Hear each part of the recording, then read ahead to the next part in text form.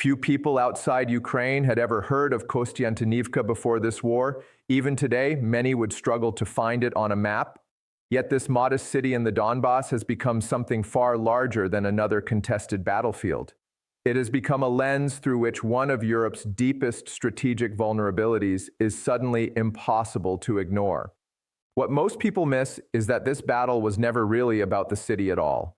At first glance, the fighting appears familiar. Artillery duels, drone strikes, damaged infrastructure, and slow advances measured in hundreds of meters rather than sweeping offensives. But beneath those headlines, the nature of the conflict has quietly shifted. Modern warfare is no longer defined primarily by dramatic breakthroughs. Increasingly, victory belongs to the side capable of sustaining pressure month after month through industrial capacity, logistics, ammunition production, and the ability to replace losses faster than an opponent. That shift creates an uncomfortable contradiction. Europe collectively spends far more on defense than Russia, possesses a much larger economy, and fields some of the world's most advanced military technologies. Yet when the conflict became a prolonged contest of endurance, production, and resilience, those apparent advantages did not automatically translate into battlefield output. Kostiantynivka did not create this imbalance. Instead, it revealed it with unusual clarity. Every shell fired, every drone launched, and every delayed delivery exposed a gap between financial strength and practical military readiness. The question is no longer simply who has superior weapons, but who can consistently produce, maintain, and replenish them under the pressures of a prolonged war. That raises a far more consequential question than the fate of any single city. If Europe's resources are so vast, why has converting those resources into sustained military power proven so difficult? And what does that reveal about the continent's preparedness for an era where industrial endurance may matter as much as technological superiority? But to understand what Kostiantynivka actually exposed, we first need to look at what happened and why it matters far beyond one front line. Kostiantynivka occupies a strategically important position in Ukraine's Donbass region, serving as both a transportation junction and a logistics hub supporting Ukrainian defensive operations. Connected by key road and rail networks, it forms part of a broader chain of fortified settlements that Ukraine strengthened over many years, well before the full-scale Russian invasion. Its significance lies less in its size than in its role within a wider defensive system, designed to slow advances, sustain supplies, and reinforce neighboring positions. The current phase of the war reflects a very different pattern from the rapid maneuvers that dominated its opening months. Along much of the Eastern Front, large breakthroughs have become increasingly rare. Instead, fighting has evolved into a prolonged contest of attrition characterized by persistent artillery fire, extensive drone operations, fortified defensive lines, engineering obstacles, and incremental territorial changes measured over weeks or months rather than days. Many of these realities are well established. Independent reporting and publicly available battlefield assessments consistently describe intense pressure across sections of the Donbass front, where Russian forces have often relied on sustained bombardment and repeated assaults to wear down Ukrainian defenses before attempting gradual advances. The precise scale of losses, the effectiveness of individual operations, and competing battlefield claims, however, frequently remain disputed because they cannot always be independently verified during active combat. The principal actors pursue very different objectives. Russia seeks to maintain offensive pressure while leveraging its defense industrial base to replace equipment, expand ammunition production, and sustain military operations over time. Ukraine aims to preserve its defensive positions, impose heavy costs on attacking forces, and retain the flexibility needed to stabilize vulnerable sectors. Supporting Ukraine are numerous European governments and institutions that have provided financial assistance, military equipment, training, and broader political backing throughout the conflict. Viewed in isolation, Kostiantynivka appears to be another hard-fought battle in a long war. Yet its wider importance comes from what it illustrates about endurance, logistics, industrial capacity, and the ability of states to sustain military commitments over years instead of months. The immediate story is a battle, but the deeper story is a warning. To understand why this pattern matters so much, we need to go back, because Europe has seen this problem before and forgot the lesson. To understand why Kostiantynivka has become strategically significant, it helps to look beyond the current battlefield and examine how Europe's military priorities evolved over the past 3 decades. The challenge visible today did not emerge overnight. It developed gradually through a series of decisions made in an era when large-scale interstate war appeared increasingly unlikely. After the end of the Cold War, many European governments concluded that the greatest military threats on the continent had receded. Defense planning shifted accordingly. Rather than preparing for prolonged industrial warfare against a peer adversary, armed forces increasingly focused on expeditionary missions, peacekeeping operations, counterinsurgency campaigns, and precision air power. Military interventions in places such as the Balkans, Afghanistan, and elsewhere reinforced the belief that smaller, technologically sophisticated forces could achieve strategic objectives without maintaining enormous wartime production capacity. This transformation was accompanied by what became known as the peace dividend. Governments reduced defense budgets, downsized armed forces, and redirected public spending toward domestic priorities. Large ammunition stockpiles that had been accumulated during decades of East-West confrontation were gradually reduced. Defense industries consolidated through mergers, production lines became more specialized, and many facilities capable of rapidly manufacturing large quantities of conventional munitions either closed or significantly reduced capacity. At the time, these choices appeared economically rational. Maintaining factories designed for mass wartime production was expensive, especially when policymakers believed that major conventional conflict in Europe had become increasingly improbable. Military effectiveness was measured less by the volume of shells produced than by technological sophistication, precision-guided weapons, intelligence networks, and highly trained professional forces capable of deploying quickly to limited overseas operations. Russia's trajectory differed in important respects. Although the Russian military underwent periods of significant weakness after the Soviet Union's collapse, elements of Soviet military thinking remained influential. Artillery retained a central role, and military planning continued to emphasize the importance of mobilization, strategic depth, and the capacity to sustain prolonged conventional warfare. Over time, Russia also invested in rebuilding portions of its defense industrial base, recognizing that any extended conflict against a capable opponent would ultimately require continuous production, as well as battlefield effectiveness. This contrast does not mean one model was inherently superior under all circumstances. Each reflected different assumptions about the future security environment. Europe's approach prioritized efficiency, advanced technology, and rapid deployment. Russia maintained greater emphasis on endurance, mass, and industrial resilience. Those differing assumptions became increasingly significant once the conflict in Ukraine evolved into a prolonged war of attrition. History offers a familiar reminder.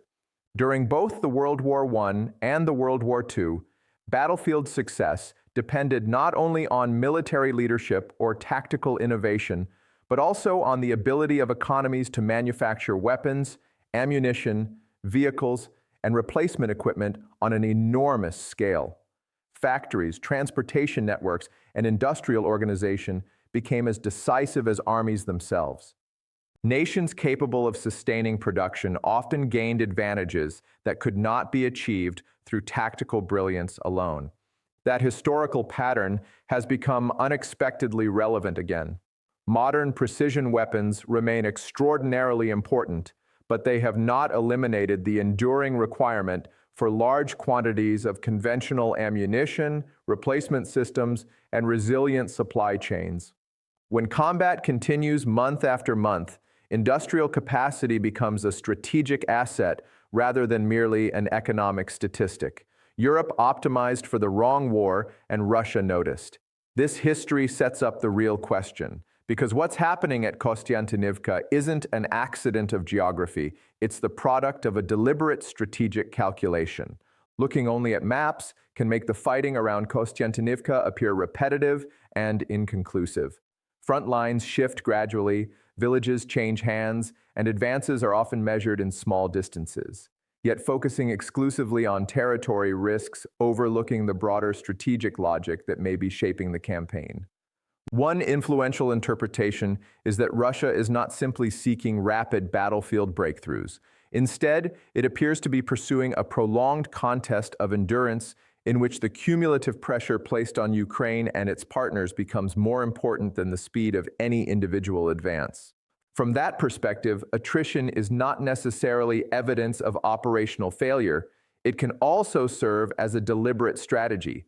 Rather than attempting to achieve decisive victories through maneuver alone, continuous military pressure forces an opponent to consume ammunition, rotate personnel, repair equipment, reinforce threatened sectors, and make increasingly difficult resource decisions over time. The significance of places such as Kostiantynivka therefore extends beyond their geographic value. Sustained attacks compel Ukraine to defend critical logistics routes and fortified positions while committing scarce reserves where pressure is greatest. Every reinforcement sent to stabilize one sector is unavailable somewhere else. Whether or not a major breakthrough occurs immediately, the process itself steadily imposes costs. This logic also extends beyond the battlefield into industrial production. Modern warfare consumes extraordinary quantities of artillery ammunition, drones, armored vehicles, engineering equipment, replacement parts, and air defense interceptors. Victory increasingly depends not only on possessing advanced systems, but also on replacing them at a pace consistent with operational demands. Artillery illustrates this challenge clearly. Throughout the conflict, analysts have repeatedly noted that sustained firepower remains central despite rapid technological innovation. Precision weapons have transformed certain aspects of combat, but conventional artillery continues to shape defensive and offensive operations across extensive front lines. Maintaining sufficient ammunition therefore becomes an industrial question as much as a tactical one. European governments have announced substantial military assistance packages and invested heavily in expanding ammunition production. Many production initiatives have accelerated compared with the early stages of the war. However, increasing industrial capacity requires new facilities, skilled labor, supply contracts, machinery, regulatory approvals, and time. Financial commitments alone cannot instantly produce millions of additional shells. Russia, meanwhile, has sought to maintain high production levels while adapting parts of its defense industry to prolonged wartime demand. Independent assessments differ regarding precise output figures, and exact numbers remain contested. Nevertheless, there is broad agreement that industrial production has become a decisive component of the conflict alongside battlefield performance. Air defense presents another strategic equation. Ukraine relies on layered defensive systems to intercept missiles and increasingly large numbers of drones. Yet defensive interceptors are often considerably more sophisticated and expensive than many of the threats they destroy. Even when interceptions succeed, repeated attacks can impose significant financial and logistical burdens by consuming valuable stocks that must eventually be replenished. This creates what defense planners sometimes describe as an unfavorable cost exchange. An attacker able to produce or acquire relatively inexpensive strike systems in large numbers may gradually force defenders to expend proportionally more valuable resources. Technological superiority remains important, but economics also becomes part of military strategy. Manpower introduces an equally difficult dimension. Sustaining a long war requires not only weapons, but trained personnel capable of operating them, maintaining equipment, rotating through combat, and replacing casualties. Ukraine continues to mobilize under extraordinarily demanding conditions. Russia has likewise faced significant personnel challenges while seeking to maintain offensive operations. For Europe, manpower raises a different issue altogether. Most European militaries were designed around professional volunteer forces rather than large-scale mobilization for prolonged continental warfare. Expanding force structures, increasing reserve readiness, or rebuilding mass armies involves political, financial, and social debates that extend far beyond military planning. These questions remain sensitive across many democratic societies because they affect budgets, labor markets, and public expectations developed during decades of relative peace. The strategic competition also unfolds through politics. Democratic governments operate within electoral cycles, coalition negotiations, parliamentary debates, and changing public priorities. Maintaining consistent support for long-term military assistance requires sustained political consensus despite economic pressures, domestic concerns, and competing international crises. Every additional month of conflict therefore becomes a political test as well as a military one. Russia may calculate that time itself can become a strategic resource. If opponents face recurring debates over budgets, industrial expansion, military assistance, or public support, prolonged conflict can gradually complicate coordinated decision-making even without dramatic battlefield victories. That does not guarantee such a strategy will succeed, but it helps explain why endurance may matter as much as territorial gains. There is also an intelligence dimension. Persistent pressure against key logistical nodes can reveal patterns in an opponent's defensive responses, reinforcement movements, reserve deployments, air defense priorities, and the timing of resupply efforts all generate information that can inform future operational planning. Continuous attacks therefore serve not only military purposes, but also intelligence collection by exposing where defensive systems are strongest, where shortages may exist, and how quickly external support translates into battlefield capability. The broader contrast is striking. Europe often measures commitment through funding announcements, aid packages, and long-term investment plans. Those commitments are strategically significant and have materially supported Ukraine's defense. Yet wars of attrition ultimately test something different: how rapidly pledged resources become usable capability at the front. Production schedules, transportation networks, maintenance systems, workforce capacity, and logistics determine whether financial commitments translate into sustained operational effects. Here's the deeper issue. Russia isn't trying to defeat Europe's armies. It's trying to defeat Europe's supply chains. Once you see the strategy this way, the consequences stop being local. This is where a battle in the Donbass starts reshaping the security of an entire continent. If the fighting around Kostiantynivka is understood only as another battle in eastern Ukraine, its wider significance is easy to overlook. But if it is viewed as evidence of a broader strategic competition built around endurance, industrial capacity, and political resilience, its implications extend far beyond the Donbass. For Ukraine, sustained attritional pressure creates increasingly difficult choices. Military planners must constantly decide where limited reserves, ammunition, engineering assets, and air defense systems can have the greatest effect. Reinforcing one threatened sector may require accepting greater risk elsewhere. Even successful defensive operations consume resources that must eventually be replaced, creating an ongoing balance between immediate battlefield needs and long-term sustainability.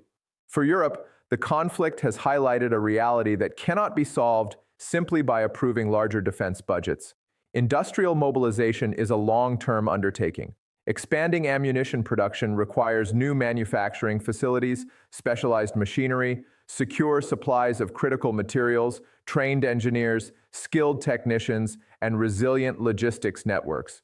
Many of these capabilities cannot be created within months, regardless of available funding.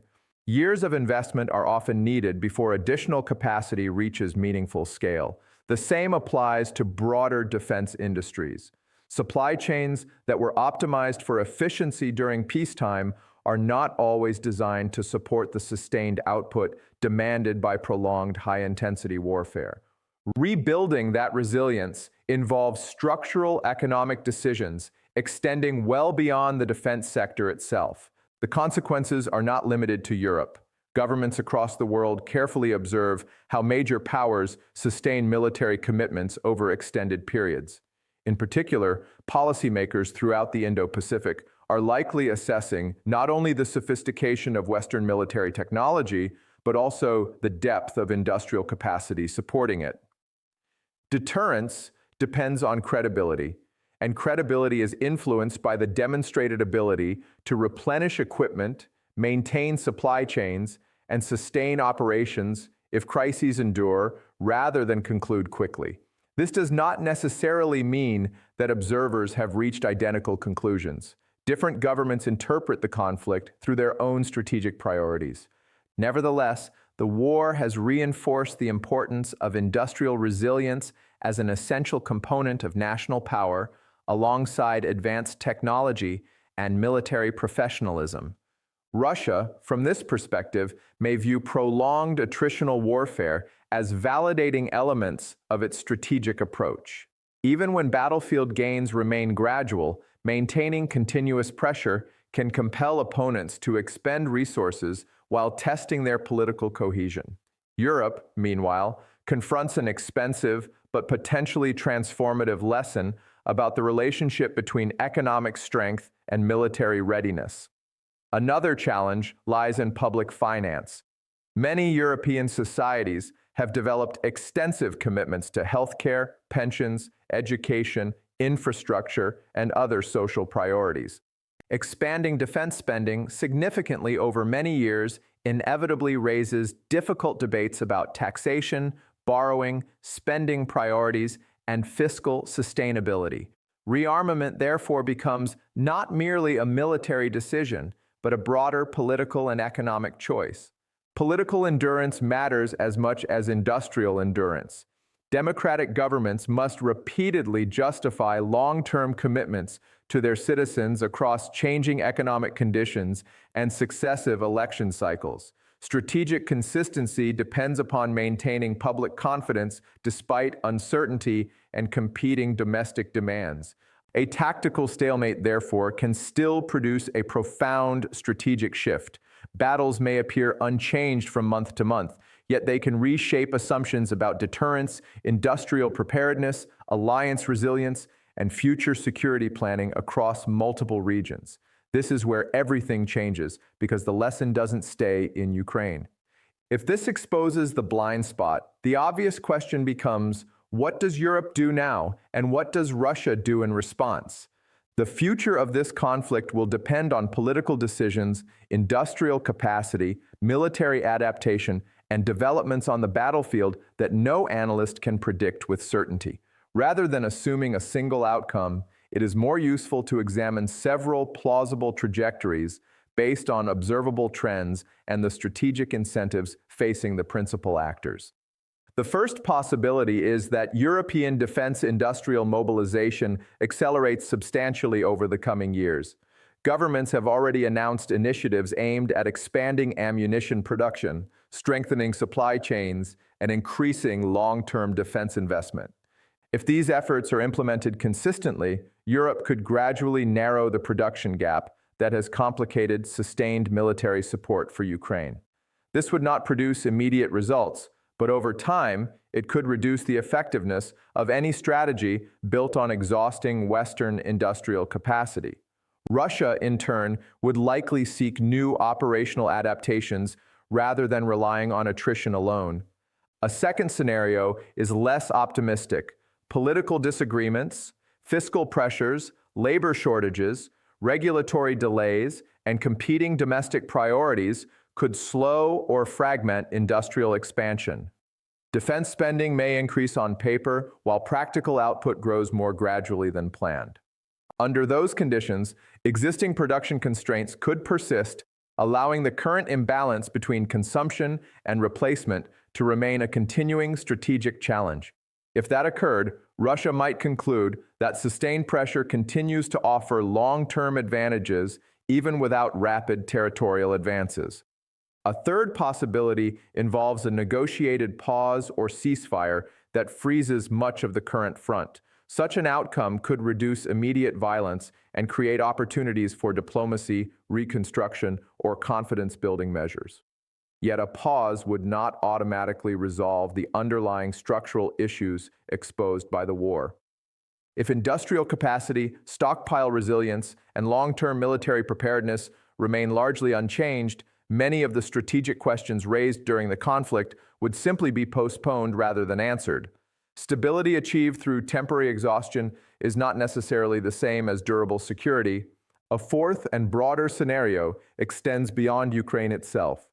The lessons emerging from this war could encourage a wider reassessment across Western governments of defense planning, procurement systems, reserve stockpiles, industrial resilience, and military doctrine. Instead of treating industrial capacity as a secondary consideration during peacetime, policymakers might increasingly view it as a central pillar of national security. Such changes would require sustained investment over many years, but they could reshape strategic planning well beyond Europe. Each of these paths carries opportunities as well as risks. Faster industrial expansion could strengthen deterrence, but require difficult budgetary choices. Slower mobilization might preserve fiscal flexibility while leaving important vulnerabilities unresolved. Diplomatic pauses could save lives, yet fail to address deeper strategic competition. Broader institutional reform could improve long-term resilience, but demand political commitment extending across multiple governments and election cycles. But the most dangerous outcome isn't military defeat, it's mistaking a pause for a solution. Whichever path unfolds, it returns us to the question we started with, and to what Kostiantynivka was really trying to tell us. We began with a simple paradox. Europe collectively spends far more on defense than Russia, yet the war in Ukraine has raised difficult questions about whether financial strength alone guarantees sustained military power. Kostiantynivka did not create that contradiction. It merely brought it into sharper focus. The deeper lesson extends well beyond one city or even one conflict. Modern great power competition is shaped not only by advanced weapons, skilled soldiers, or innovative tactics, but by the industrial systems, logistics networks, supply chains, political institutions, and public commitment that allow military operations to continue over months and years. In wars of attrition, endurance often proves as decisive as battlefield brilliance. That is why Kostiantynivka matters. It serves as a small mirror reflecting a much larger structural reality. Beneath the daily reports of artillery exchanges and contested ground lies a broader question about how nations convert economic resources into lasting strategic capability. The answer will not be determined by a single battle or a single political decision. It will emerge through years of investment, institutional reform, industrial adaptation, and sustained political resolve. Whether Europe can rebuild not only its defense budgets, but also the production capacity and resilience needed for prolonged competition remains an open question. The real significance of Kostiantynivka, then, is not what happened there alone. It is what the battle revealed about the changing character of modern warfare and about the choices now facing Europe. Because the next test of deterrence may not come in Ukraine, the real question is whether these lessons will be learned before they are challenged somewhere even more consequential.